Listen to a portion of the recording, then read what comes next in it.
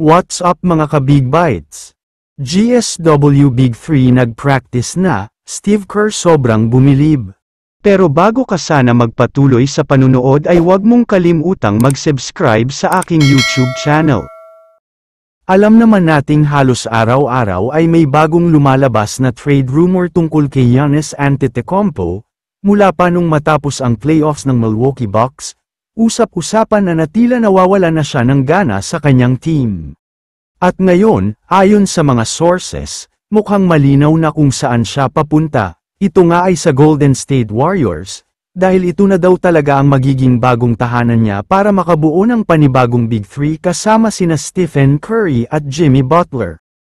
Ang mas nakakagulat pa, may mga kumakalat na post ngayon sa social media, at sinasabing nagkaroon daw ng closed-door practice ang Warriors, unang pagkakataon nga daw ngayon na sabay-sabay mag-practice ang tatlo. Bagamat wala pang official confirmation mula sa team, marami ang naniniwala na malapit na talagang maisakatuparan ang trade. Ayon pa sa ilang insider, mismong si Coach Steve Kerr ay sobrang bumilib sa ipinakitang chemistry ng tatlo.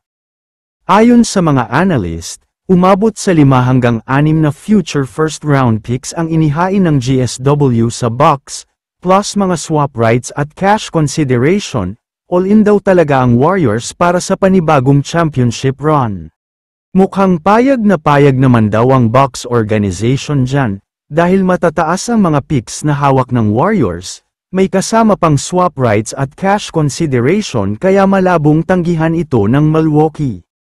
Para kay Steve Kerr, hindi na daw siya makapaghintay na magsimula ang bagong season dahil grabe daw ang pinapakitang laro ng mga players niya. Ramdam nga daw ni Coach Kerr ang gigil makabawi mula sa pagkatalo nila sa playoffs.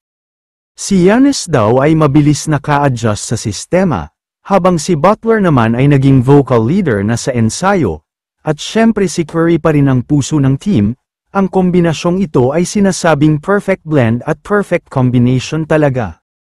Kung sakaling matuloy at official na talaga ang trade na ito, hindi lang magiging contender ang Warriors dahil magiging paborito pa silang mag-champion, tataas kasi talaga ang kalidad ng lineup nila dahil kay Giannis.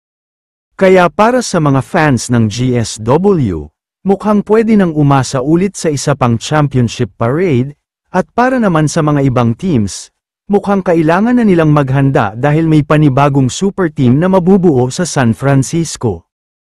Kaya naman kung kayo ang tatanungin, ano ang masasabi nyo sa balitang ito? I-comment mo naman ang opinyon mo tungkol sa tanong na ito. Dito na muna nagtatapos ang video na ito. Maraming salamat sa panunood mga ka-Big Bites. God bless sa inyong lahat.